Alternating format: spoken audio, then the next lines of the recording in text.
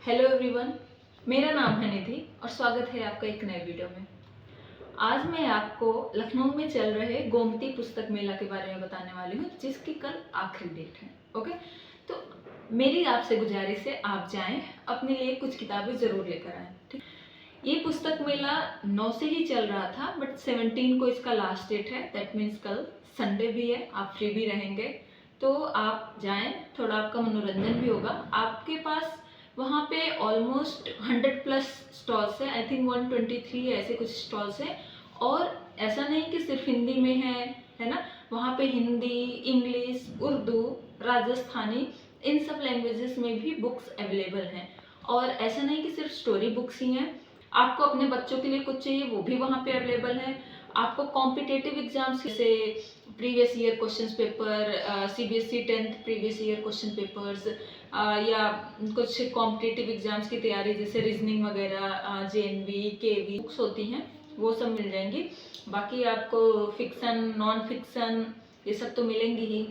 Hindi, English, even dedicated stalls हैं उर्दू वगैरह की। पब्लिशर्स जैसे वाणी प्रकाशन, राजपाल एंड सन्स और हिंदी युग में, इन सब लोगों ने ही भी अपनी स्टॉल्स लगा के रखी है। मैं कम से कम वहाँ 2 बार जा चुकी हूँ अभी तक, और मैं ऑलमोस्ट वहाँ से 10 किताबें लेकर के आई हूँ। इसमें अलग अलग राइटर्स जैसे हरिशंकर परसाई हैं। हरिशंकर परसाई का प्रेमचंद के फटे जूते, इनके कलेक्शन ऑफ हास्य व्यंग्य। महाश्वेता देवी इनकी रिपोर्टर है।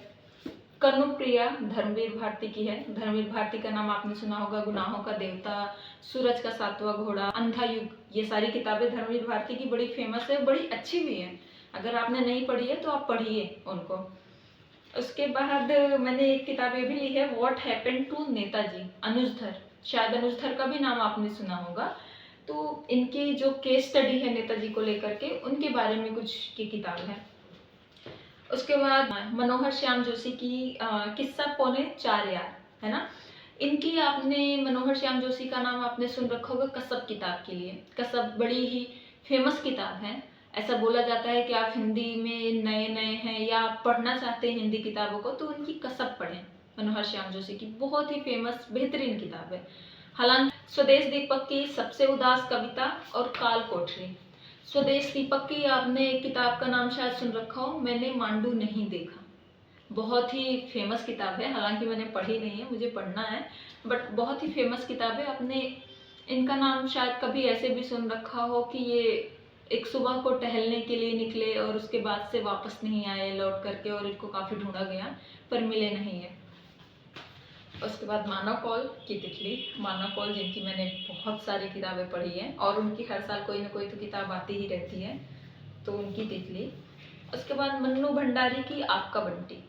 ये किताब मैंने ऑलरेडी पढ़ रखी है। ये किताब एक ऐसे कह सकते हैं एक ऐसी सिचुएशन पर बेस्ड है जिसमें माँ बाप, मतलब एक बच्चे के पर्सपेक्टिव से कुछ चीज़ों को देखा गया। जैसे जब पेरेंट्स में तलाक हो रहा होता है, वो तलाक ले रहे होते, तो बच्चा किस स्थिति से गुजर रहा है, उसके दिमाग में क्या चीज़ें चल रही होती है, उसकी फीलिंग कैसी होती है, ये इस किताब में काफ़ी अच्छे से लिखा गया था। मैंने बहुत पहले पढ़ी थी ये किताब, तो इसलिए मुझे लगा कि मुझे दोबारा पढ़नी चाहिए, क्योंकि कुछ कुछ मेमोरीज हैं, कुछ कुछ चीज़ें हैं जो मुझे उतनी अच्छे से याद नहीं है इस किताब की।